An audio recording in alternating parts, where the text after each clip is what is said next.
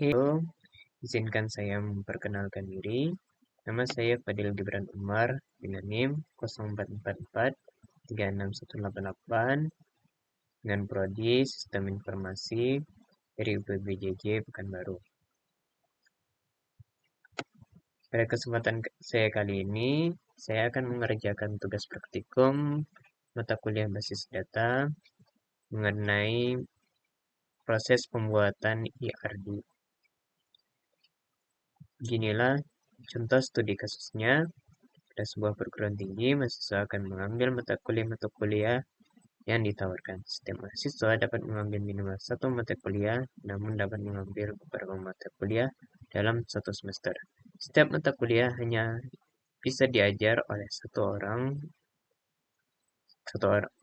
orang dosen, dan setiap dosen dapat mengampu atau mengajar minimal satu mata kuliah.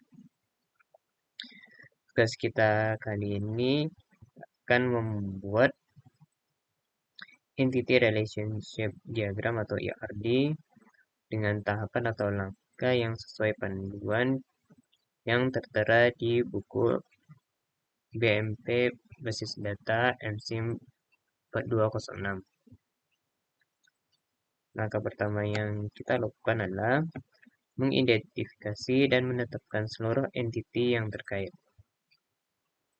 Untuk melakukan identifikasi seluruh entiti, kita harus dapat memastikan setiap kalimat dari kasus sampai menemukan entitas.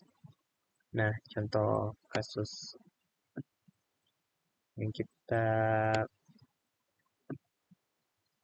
amati dari contoh kasus ini ada siswa atau kuliah dan juga dosen.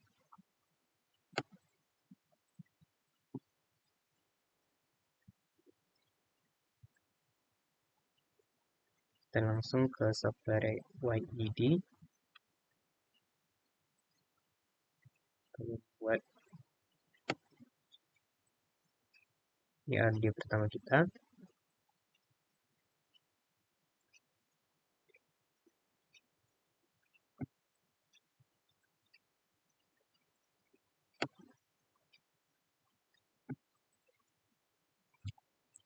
Pas tidak menambah durasi.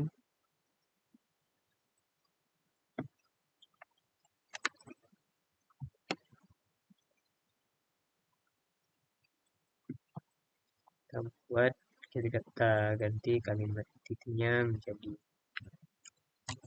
mahasiswa. Kemudian ada mata kuliah.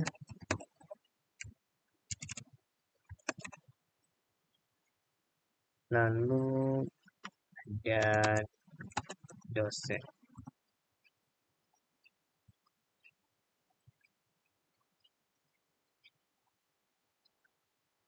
Langkah berikutnya yaitu menambahkan atribut dari entiti yang telah ditentukan. Perlu digarisbawahi, jika kasus contoh di atas tidak menjelaskan secara rinci, maka kita akan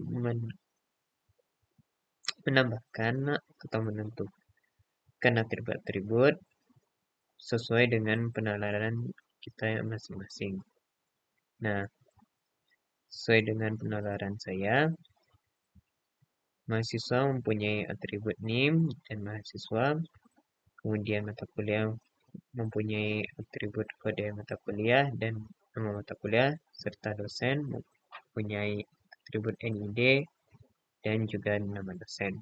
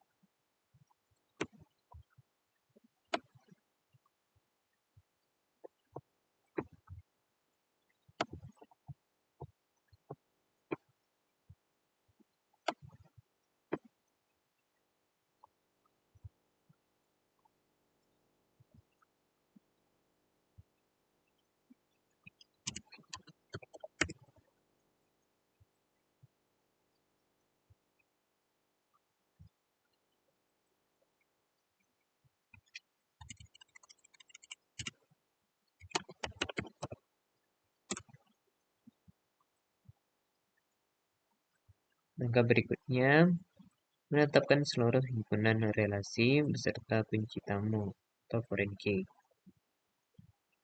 Dalam menentukan relasi, salah satu cara untuk memudahkan adalah dengan membuat matriks relasi antara setiap entitas seperti yang saya buat seperti ini.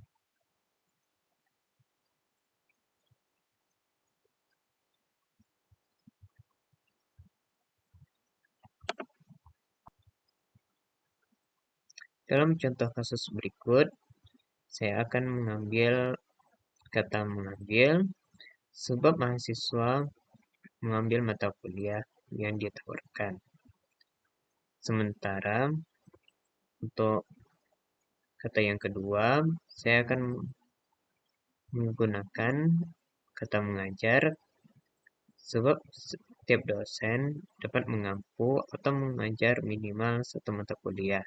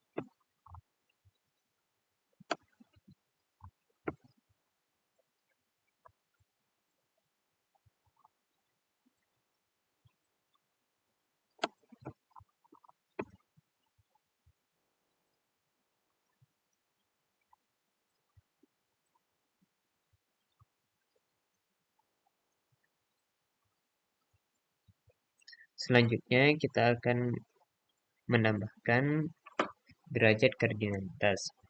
Buat teman-teman yang mungkin bertanya, apa itu kardinalitas? Simpelnya, jumlah maksimum entitas yang dapat berelasi dengan entitas pada himpunan entitas yang lainnya.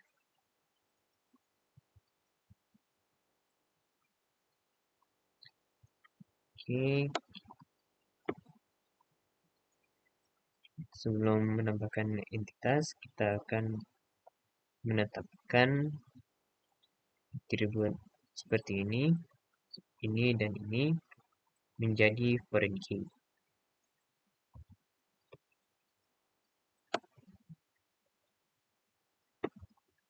Kita ubah jadi underline, kode mata kuliah jadi underline, sekaligus NID ke underline.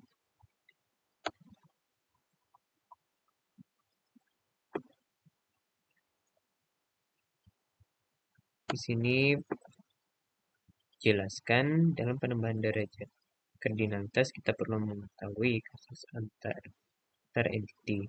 Apakah antara entity tersebut satu ke satu ke banyak, atau banyak ke banyak.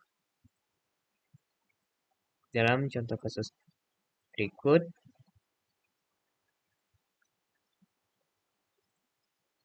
mahasiswa akan mengambil mata kuliah yang ditawarkan oleh perguruan tinggi. Setiap mahasiswa dapat mengambil minimal satu mata kuliah, namun dapat mengambil beberapa mata kuliah dalam satu semester. Kita tambahkan garis kardinalitas satu atau banyak. Kemudian kita tambahkan lagi dengan garis banyak.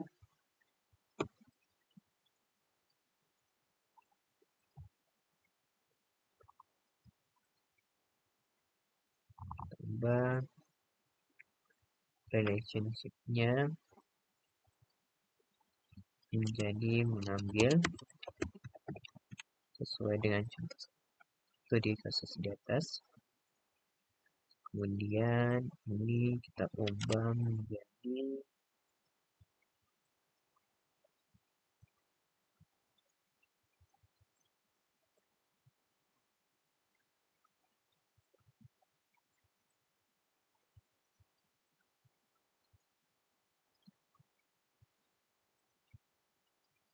diambil.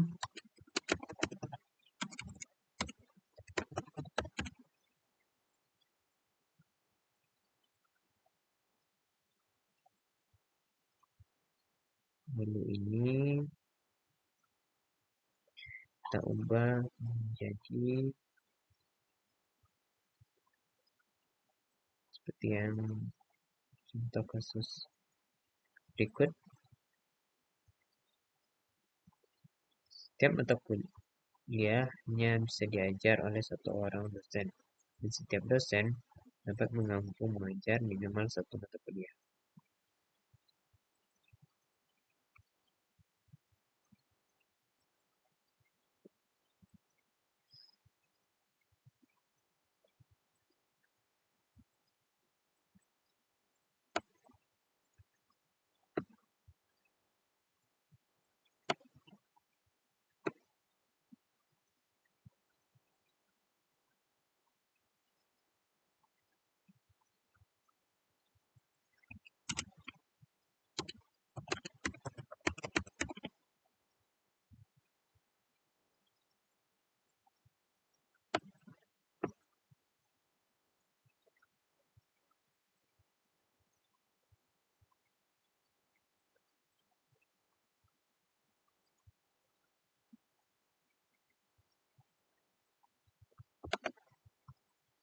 Yang pertama, kita input garis satu atau banyak ke relasi mengambil. Kemudian kita input garis banyak ke entitas mata kuliah. Lalu selanjutnya, setiap mata kuliah hanya bisa diajar oleh satu orang dosen, dan setiap dosen dapat mampu atau mengajar minimal satu mata kuliah. Ingat, minimal satu mata kuliah. Di sini saya akan input garis untuk ini atau satu atau banyak ke relasi mengajar. Kemudian kita input garis selalu satu ke entitas dosen.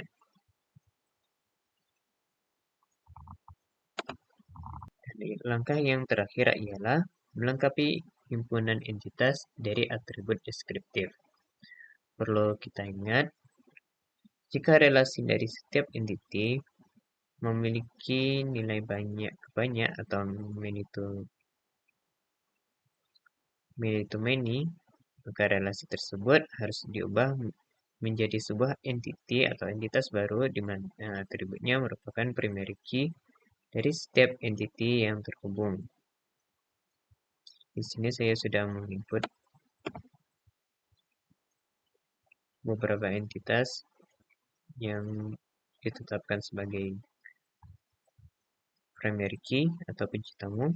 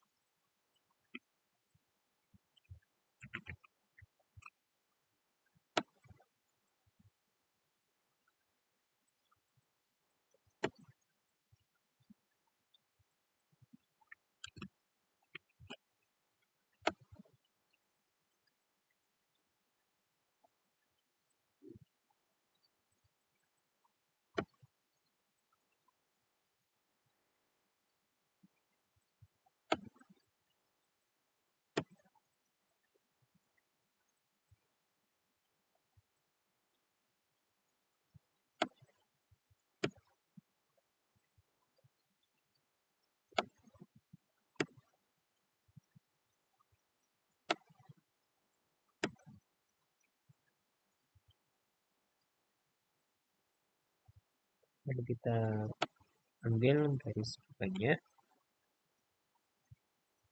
ke relationship diambil.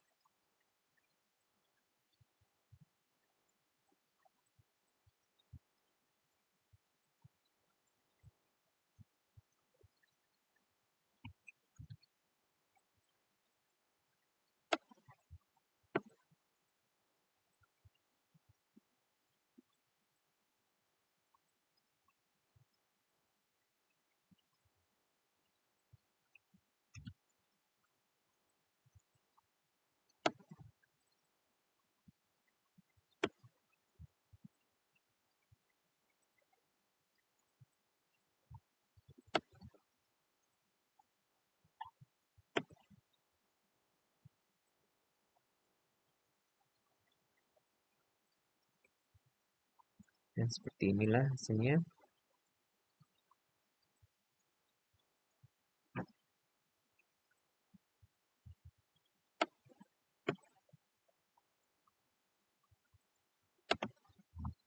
Inilah hasil praktikum saya secara keseluruhan.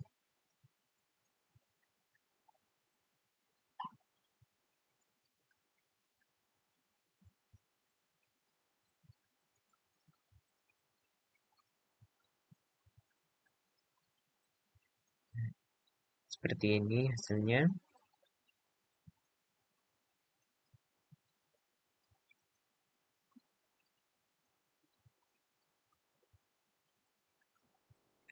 Untuk kata-kata penutup hari ini saya ambil dari pebisnis terkenal, yakni Bob Sadino. Beliau berkata, kegagalan adalah bumbu kehidupan. Tetapi kegagalan membuat kita bisa menjadi manusia yang tangguh. Oke, cukup sekian dan terima kasih. Assalamualaikum warahmatullahi wabarakatuh.